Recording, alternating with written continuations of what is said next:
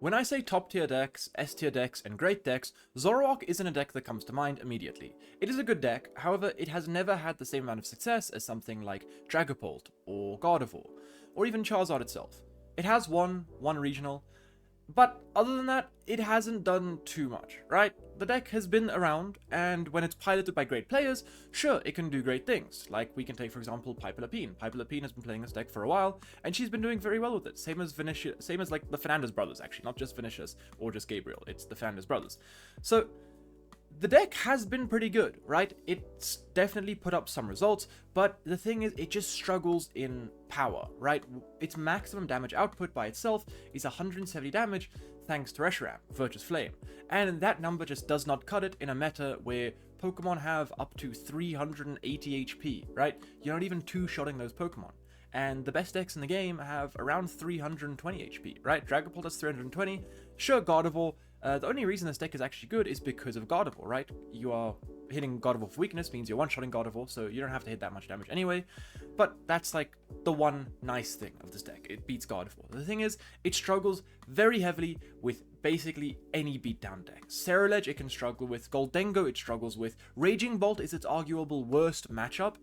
And I think they have finally given us an answer. So these cards were released quite a while back, and we thought that was the end of the, the whole partner program, the partner the archetype things with decks. You know how like Ends wasn't going to get any more cards. However, they have decided to release more. They've realized that these cards are a little bit underwhelming, and they've decided to give us more. So if we take a look at the decks, right, I'm just going to go over a few quickly here.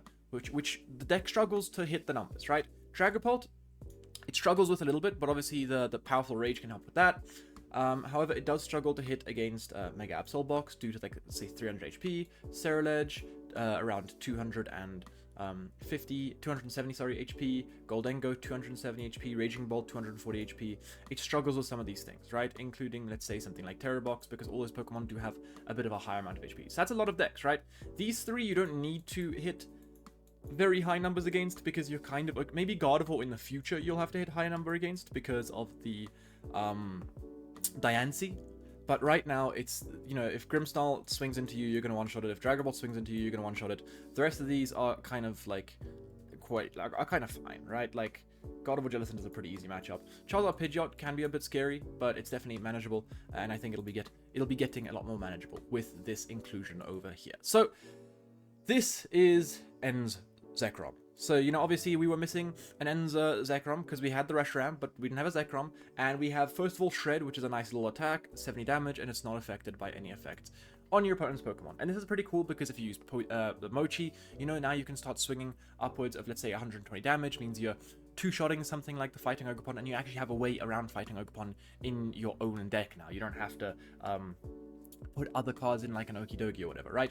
But the main thing here is Rampage Thunder. So Rampage Thunder is a attack that costs 4 energy, which is fire, lightning, lightning colorless. This on paper is absolutely horrible. However, thanks to Zoroark being able to copy any Ends Pokemon's attacks for 2 dark energy, that's all you need, 2 dark energy, essentially this attack becomes 2 dark energy because you will never be attacking with the Zekrom itself.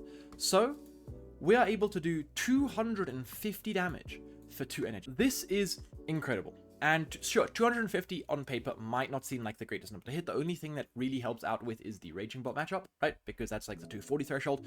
But how would we actually fix the Goldengo matchup, the Mega Absol matchup, the Ceruledge matchup? You know, other matchups that we struggle with and we still don't hit that number with 250, right? It doesn't seem that good. But there are many cards that can help us. And the first of those would be Vitality Band. Vitality Band is a decent card, it just lets us do 10 extra damage. However, that is not the complete solution. You know, that's only dealing with Goldengo, and we want to deal with more.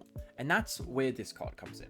So over here, we have Binding Mochi. This is a card that has already sneaked itself into Zoroark decks, and is a card that makes a lot of sense when you think about what we're doing here. So attacks used by the poison Pokemon this card is attached to do 40 more damage. This means we are hitting 290 damage. This is an incredible number because now we are one-shotting Goldengo, we are one-shotting Ceruledge, we are one-shotting Mega Absol, which is also really important.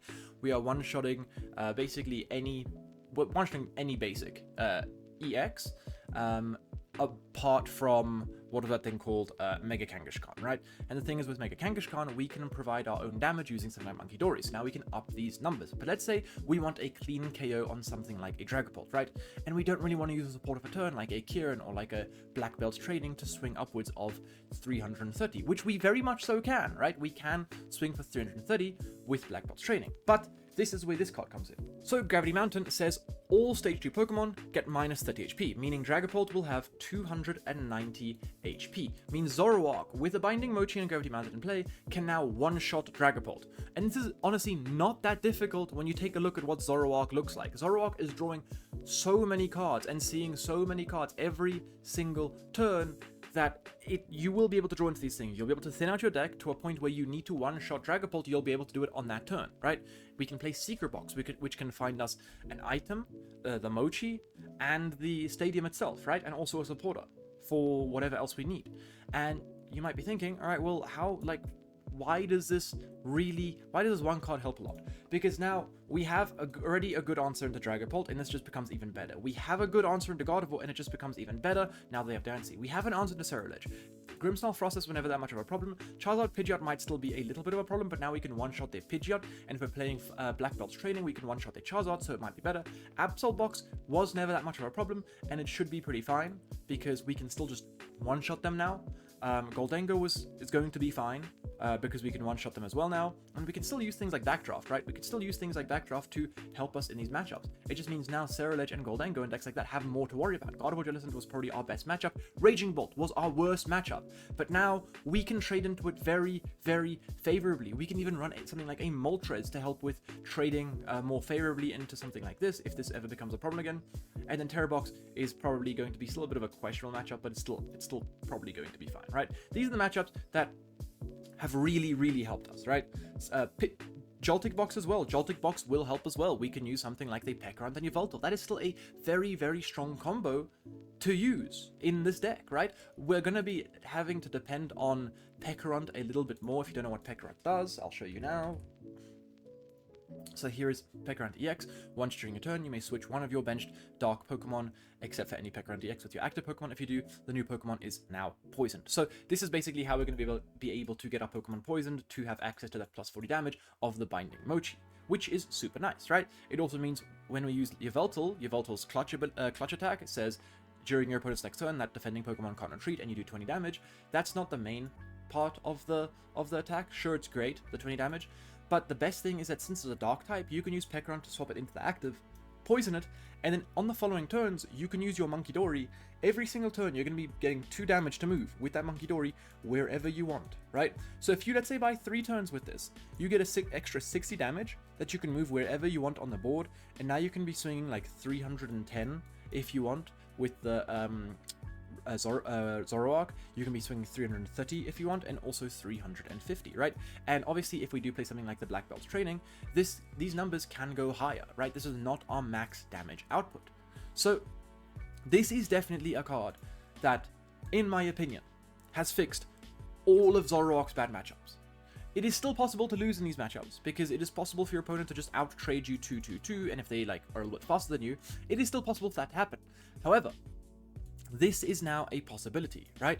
And now we can play around with different ace specs. We can play around with something like a Legacy Energy. We can play around with, what was this thing called? The Survival Brace, right? It took me a while to find this card, I'm not gonna lie. But we can play around with the Survival Brace. So for decks like Mega Charizard EX, for decks like Goldengo, for decks like Ceruledge, decks that will one-shot you, we can now play around with something like Survival Brace to survive one of those hits, and then be able to swing again in the following turn, right? Obviously, you discard this card, but the nice thing is that if we play a Turo, we can just pick up that 10 HP card again, and then just go again. Obviously, this might not be the best solution for decks like Gardevoir and stuff, because they can one-shot us already, thanks to Monkey Dory and stuff. But the thing is, I don't think that's going to be a big problem, because Gardevoir is a deck that we don't struggle with. Neither is Dragapult, right? Those are decks that we don't struggle with.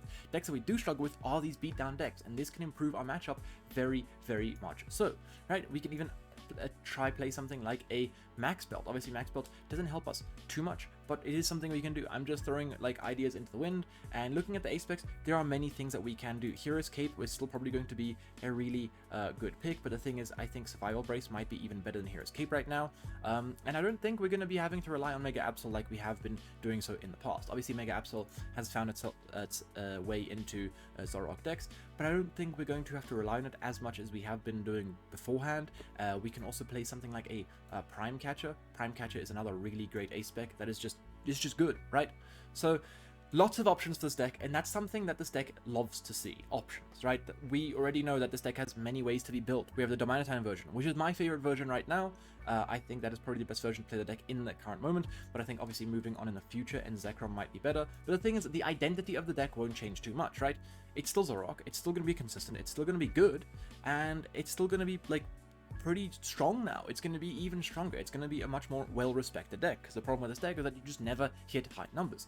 We did see another card come out called Anthea and Concordia, which is basically just Exodia for Zoroark, because you can only play this card if you have Ends Darmanitan, Ends Zoroark, Ends Reshiram, Ends Klinklang, and Ends Vanillux in play. During this turn, if your active Pokemon is knocked out, if your opponent's active Pokemon is knocked out by damage from an attack from one of your end's Pokemon, take 3 extra prize cards. So if you knock out something like a Mega Diancie, you take 6 prize cards and win the game. I don't think it's going to see much play, but yeah, it's a thing. It's a card. And then the Vanillux, for the people that are wondering, it's not great, but it is here. 120 and then 10 damage to each of your opponent's bench Pokemon, which is, it's okay. It's not going to be played, obviously. And then the we have Vanillish, which might see a little bit of play. I think the Vanillish is not horrible. Sheer Cold, 60 damage, and the defending Pokemon can't attack during your opponent's next turn, which isn't bad. And then we have Call for Family on the Vanillite, which is also pretty decent. So yeah, I mean, these two seem interesting. I don't know if you'll ever play them, but they do seem interesting. So yeah. And then other cards completely unrelated to Zoroark that were announced was the Mega Frost SEX, which does 50 damage for each card in your opponent's hand, right? For 1 energy, as a stage 1, that's pretty good. Your opponent has 10 cards in hand, you're doing a shit ton of damage, you're doing 500 damage. If your opponent has 5 cards in hand, you're doing 250, right? But we don't care about doing 250 nowadays because we got Zekrom, baby. Zekrom has saved my life.